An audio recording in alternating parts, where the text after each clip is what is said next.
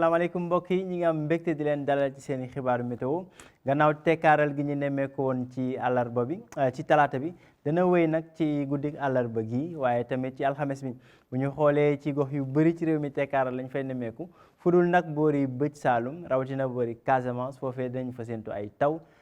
yoo xam nag mën naa ànd ak dënnu bu ñu jàllee ci leeral xibaar yooyu le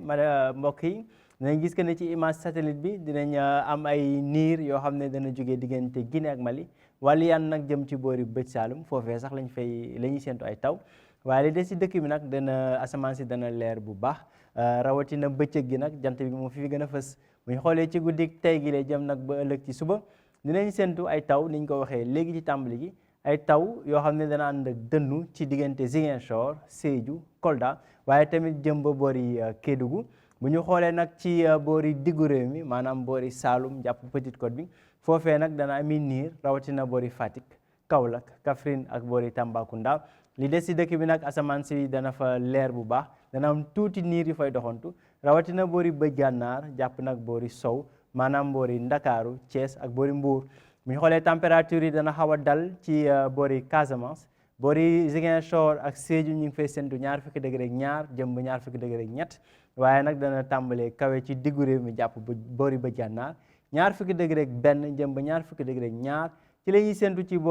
séntu ci boori bëj gànnaar réew mi jàpp boori penku maanaam boori Louga Linguère Podor Matam ak Bakel waaye tamit ca boori Kaolack bu ñu xoolee Ndakaaru nag ak li ko wër température yi dana dalee ci ñaar fukki degré ak ñeent jëm ba ñaar fukki degré ak juróom bu ñëwee ba ëllëg tekkaaral bi dana wéyandi ci gox yu bëri ci réew mi jant bi sax moo fi gën a fës ci boori bëj gànnaar diggu réew mi ñëm nag ba boori Ndakaaru ba tax na température yi dana xaw a kawe foofu rawatina nag boori bëj gànnaar ak penku foofee ñu ngi fay séntu fanweeri degré juróom ñaar jëm ba fanweeri degré juróom ñett maanaam ci boori Podor Matam ak boori Bakel bu demee ba boori bëj Saalum nag ëllëg ci ngoon jàpp guddi gi ñu ngi séntu ay taw sa Ziguinchor Sédhiou Kolda jëm nag ba boori Kédougou ci ëllëg ci ngoon jëm ba guddi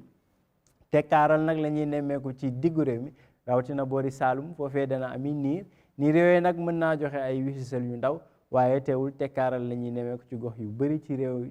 bëri ci diggu réew mi rawatina boori Fatick Kaolack Kaffrine ak boori Tambacounda ñu xoolee ma Ndakaaru nag température yi dana fa xaw a dal waaye teewul danañ wéy di nemmeeku foofu tàngaay fanweeri degré ak benn la ñuy séntu ca Ndakaaru mbokk yi ci tënk rek ci tekkaaral la ñu ne moom mooy wéy ni nag ci guddi tey gile waaye tamit ci alxames bi asamaan si daanaka niir yi du bëri lool ci asamaan si jant bi moo fi gën a fës ci bëccëg gi rawatina boor yu bëj gànnaar ak diggu réew mi foofee nga xam ne température yi foofu lay gën a kawe bu ñu demee nag ba boori Casamance jàpp Kédougou foofee ñu ngi fay séntu ay taw ci li ko dalee ci guddi tey gile waaye tamit ëllëg ci ngoon jëm ba guddi mbokk yi li ma doon xibaar yi nag jox leen dig daje ëllëg ci yeneen xibaaru météo diggante bi nag mën ngeen wéy di topp xibaaru météo yi ci xarala yi nga xam ne moom la fi météo teg